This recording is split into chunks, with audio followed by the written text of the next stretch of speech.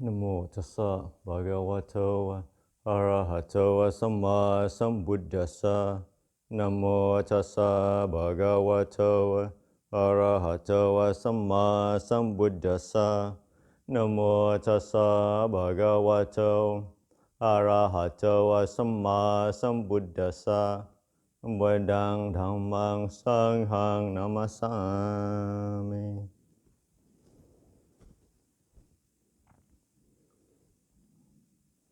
So I think we're about halfway through the rains. So either things are coming together or not. So last week we talked about the 5 spiritual powers. Hopefully you've been employing that to help to deal with some of the obstacles to meditation, obstacle to peace.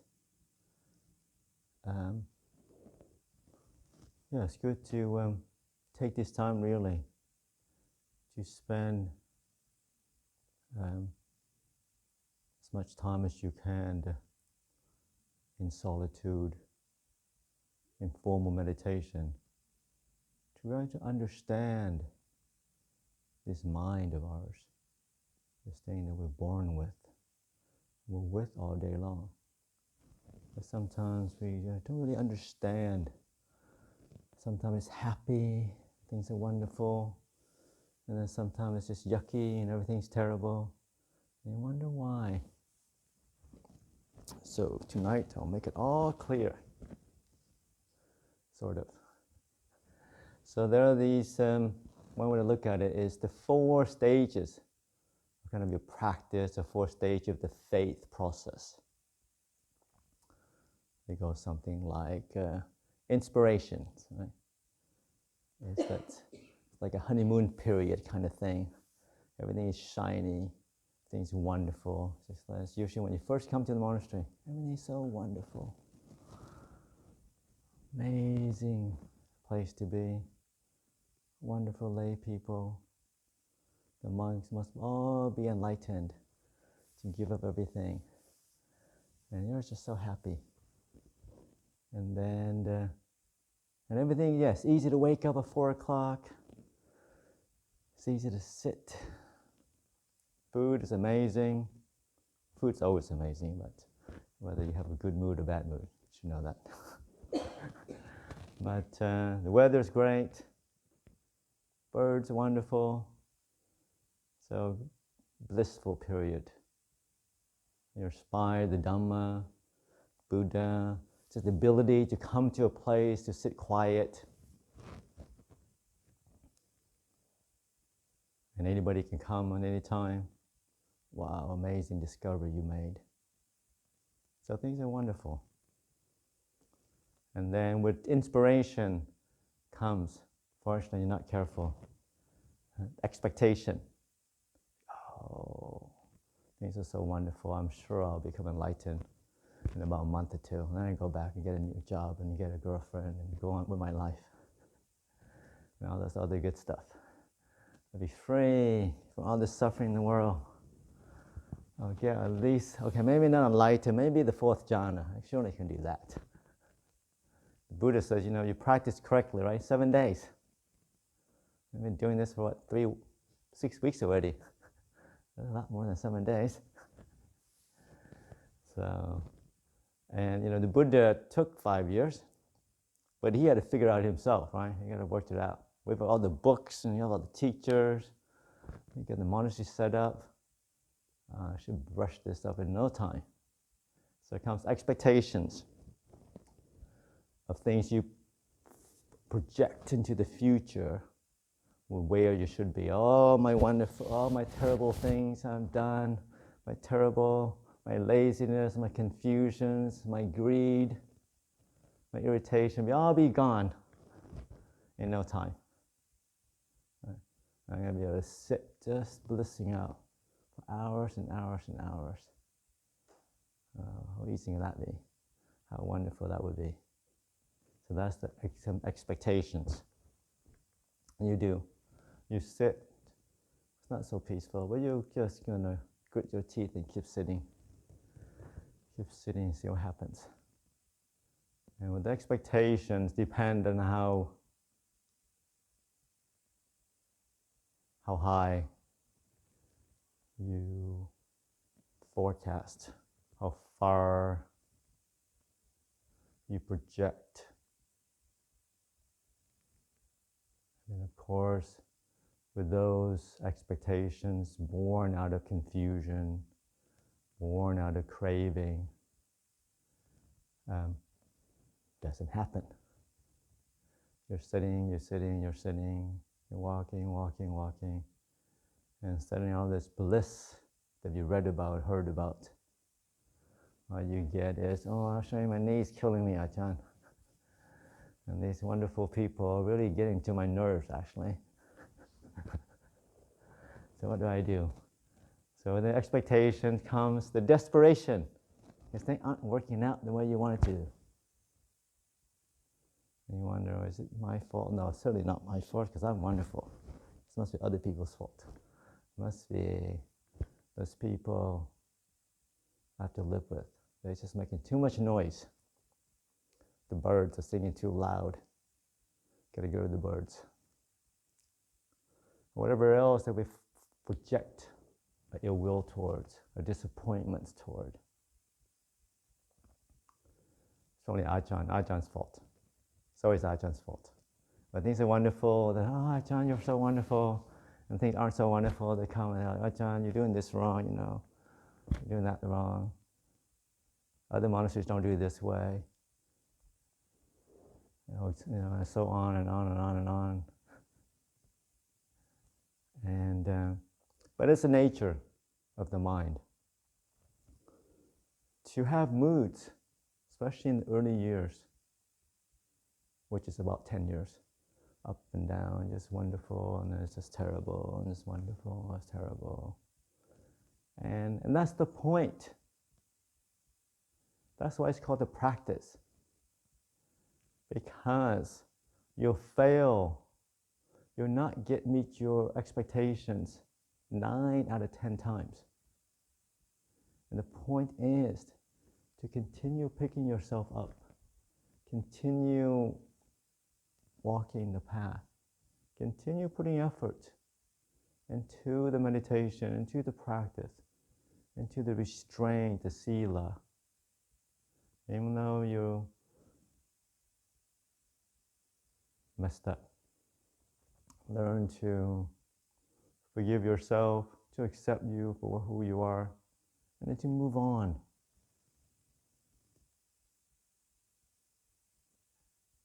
To focus on your potential instead of your mistakes, your potential to go beyond suffering, your potential to become more clear-headed, to be more aware, your potential to be more than your emotions, more than your desperations, your disappointments. Unfortunately, with the desperation comes the expiration. Can't hardly wait till the end of the rains. I go back and be free again, eat whatever I want, do whatever I want. The lay work's not so bad. You start planning your escape, what you're going to do when you get out of here. You're a lay person, or you're a monk. You're planning, oh, I don't know about this. Lay work seems pretty good now. I can be free, I can be around with my friends. I don't have to be around all these people that I don't really have anything in common with. I can wake up at 6 o'clock and stuff to 3:30 or 3 o'clock. It's so much wonderful. You think, making plans, and you're inspired. And first is to acknowledge that this is normal. The ups and downs of our emotions, the ups and downs of the moods. That they come and they go. So much of the practice is just picking yourself up day in, day out. And finding ways to inspire yourself, finding ways to pick yourself up, to look for the good in the world, the good in yourself, and to focus on that. Even if you feel everything's going wrong, and nothing's happening, nothing's going right for you at the moment. Your body's aching, the mind's crazy, it's too cold, it's too hot. You don't like the food, or whatever it is that the mind starts to gets fixated on. And I think during the rains, there is something about the schedule. And that's what you get to. Ajahn Tan says, minimum 8 hours. You want samadhi, you want progress on the path. And it's not a coincidence that most retreat center also focuses on roughly about 8 to 10 hours of formal practice a day. Because it's something like this. You need a momentum. Unless you're sitting quietly, unless you're not talking for a good many hours a day, any social interaction, you start to lose that mental energy. You don't notice that. And it's one of those kind of paradox, one of those catch-22. Because samadhi is not happening, you seek pleasure in the sense world. But because you seek pleasure in the sense world and talking, distracting yourself, the mind doesn't have a power to focus on the meditation object. So you bounce back and forth. But I think during the rains retreat, an occasion happens by itself.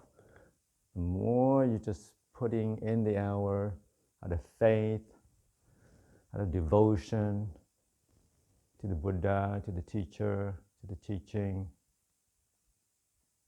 then slowly the mind starts to gather, the energy builds up, and the samadhi happens. And with samadhi, like I said, you can read many books about it, but the experience of samadhi, it's like, so much more wonderful than anything in the sense world. And it's one of those weird things, unless you experience it, you don't really know. But it's like everything's the same, but better. But yeah, you still have this body that aches, but it's not the same thing. The experience of samadhi is like everything feels just right. The ache in the body. But then the mind is clear. It's like a separation. It's like sometimes you're sitting here and you're trying to meditate, but thoughts keep coming, and the breath is kind of in the back somewhere, and thoughts keeps coming. You don't seem to be able to focus on the breath. But when a state of samadhi happens, it's just the opposite, that the breath is always there, very clear. You can't get away from the breath. You always feel it, just in and out, in and out. Wow, it's wonderful. And the thoughts are just fading in the background somewhere. And by that time, with samadhi, the feeling of enjoyment, the piti sukha, a pleasure is strong. And the meditation is effortless. You don't have to focus your attention on the breath. It's just there and you're just with it. Naturally, effortlessly. And the body feels light. And the thoughts are just way in the background somewhere. And all you're aware of is just wonderful. Everything is just right. Everything belongs.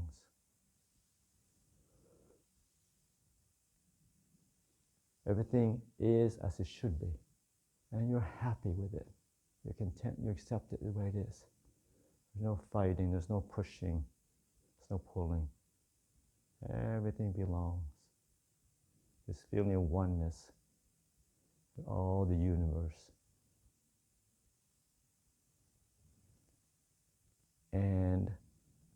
But to get there, there's a period of, it's like boiling water. You have to let the pan sit on the top of the stove long enough for it to boil. But most people, you sit there and then you keep taking your stove off. That's when you keep, instead of keeping the mind inward, you keep going outward to interactions, to talking, to distracting yourself, looking outwards. And then the stove doesn't get boil, so you got to put the heat on. But this is where it gets tricky and it gets complicated a little bit, is that it's not just a matter of adding the hours either, obviously, not counting the hours, because you have to sit, put the hours in, but without the expectation. That's what the tricky bit is, because obviously, from a certain perspective, we sit and we want something. Nobody sits for 10 hours in the lay world. No one does anything for 10 hours a day without wanting something.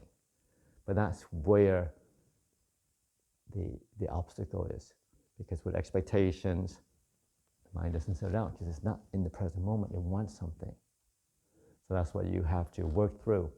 The sitting, putting in the effort without the expectations.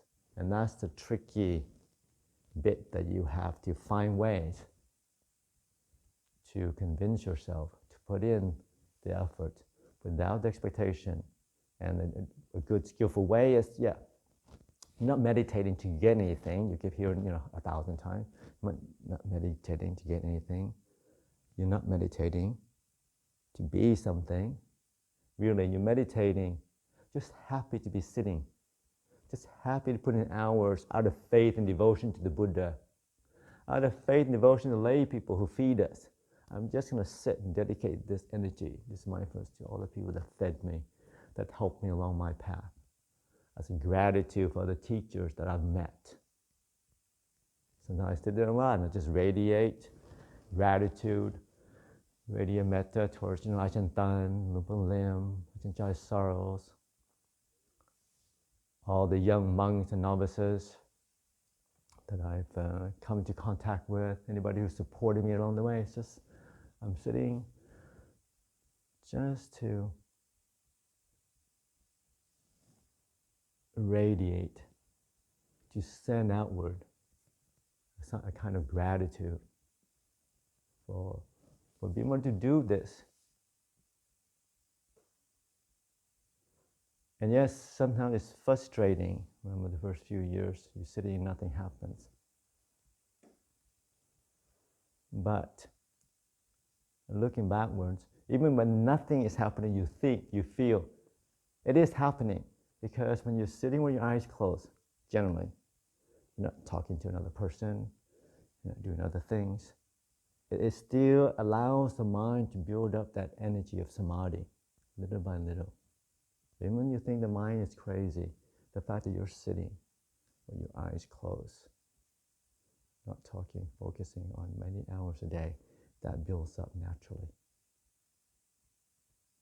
It's like the good simile for samadhi is like, the donkey chasing the carrot that's tied to a pole ahead of it. The faster it runs, because if it's craving, the carrot just stays without reach, right? So that's where the craving comes in. The more you run, obviously the faster the carrot also moves. It swings away from you. You can't seem to get it. But finally, you realize, okay, you can run as fast as you can, but then you stop. What happens is the carrot swings the other way, but then naturally it swings back. So that's where the hours comes in. You got to put in the hours, but without expectations. And then from listening to other people as well as my own personal experience, sometimes the period, the second half of the rains, or even the end of the rains, it's when samadhi happens. Because you built up the hours, all those hours of sitting. And at the end of it, you've given up all hopes of samadhi. And you're sitting like, oh, wow, amazing bliss. Because you're not trying, you're not wanting. But it doesn't, so it's not as accidental as you might think. It's causal. It's causal on the hours that we're putting in beforehand. And then the letting go happens towards the end because, well, the range is over. I'm busy. I'm clearly not gonna have samadhi. So I'll just sit quietly and watch my breath. Now all of a sudden, boom, everything happens. Everything comes together. Everything goes quiet. You experience this amazing bliss. Like, oh, okay, that's how it works. But it, like I said, it does take time. It does. You have to find ways to motivate yourself day in, day out to continue on the path, to put forth the effort, even if you don't feel like it. And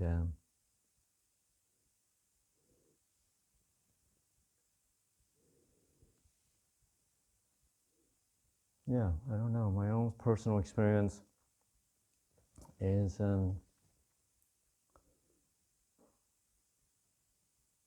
mind does change a lot, and there is many ups and downs in the first few years. So even though you had a wonderful day, the mind can just drop like that and everything goes wrong again. You're like, huh? So it's such a good day, what happened?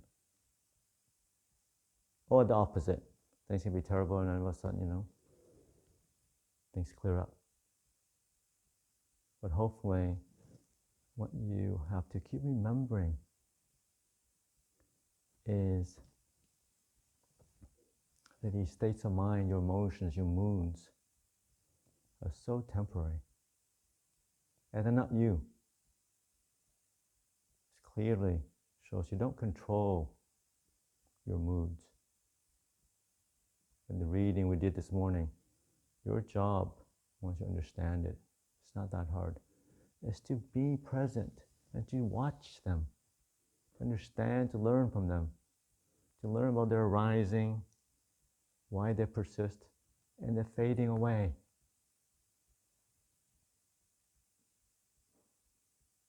And be still. Saying over again. They were saying when the going gets tough, the tough gets going. But that's not Dhamma. When the going gets tough, you stand still, stand your ground, don't move. Have faith that you have what it takes. The coldness not going to kill you, the hotness not going to kill you. Your moods, your crazy mind is not going to destroy you. You are more than that. You have the Buddha nature. You have the great karma of coming into contact with the Ajahn Chah tradition. All the great masters here. There must be a karmic connection.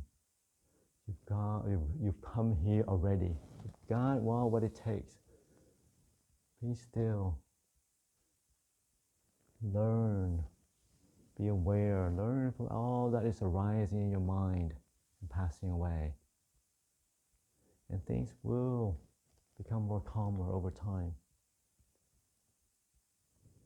On their own, naturally.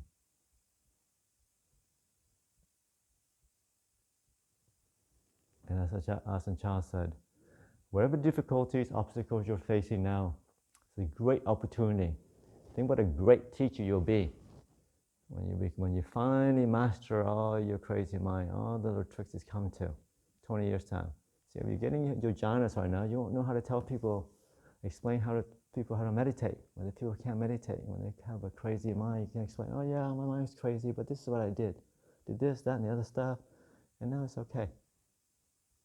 But you sit down, cross your leg, and you get into the jhanas all the time, well, how are you going to teach other people?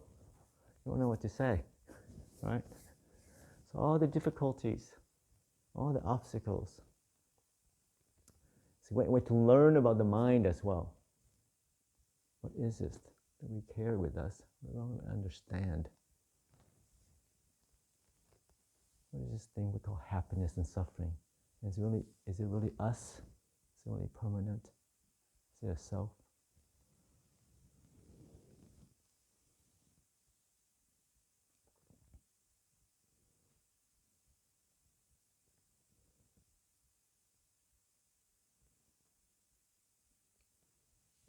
So as we continue doing the practice, during the rains retreat, there's another 6 more weeks to go. And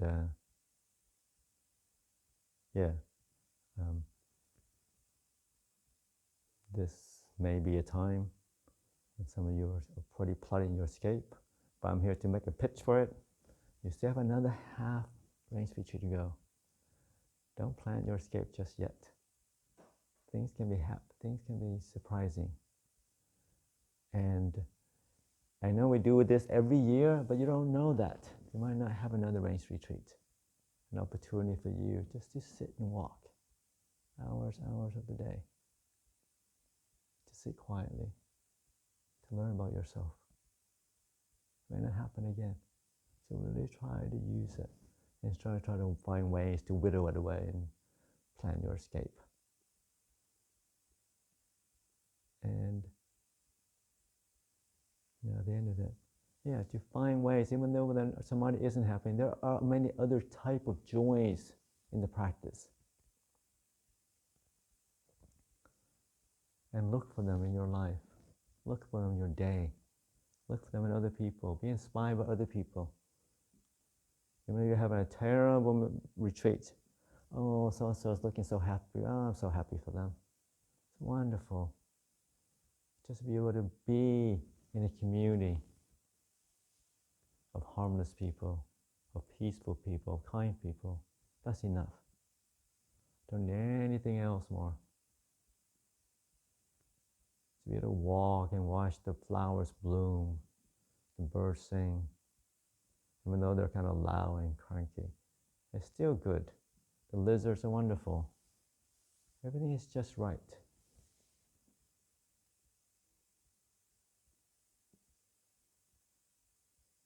And whatever we focus on, happiness grows. It's all part of training the mind, to incline the mind towards positive. Incline the mind towards peace.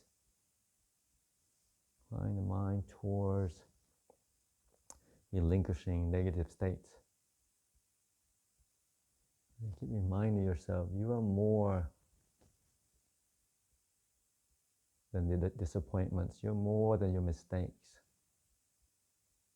You're more than the confusion that's in your mind. There is a potential to realize clarity, realize compassion, to realize the ultimate happiness in each and every one of us.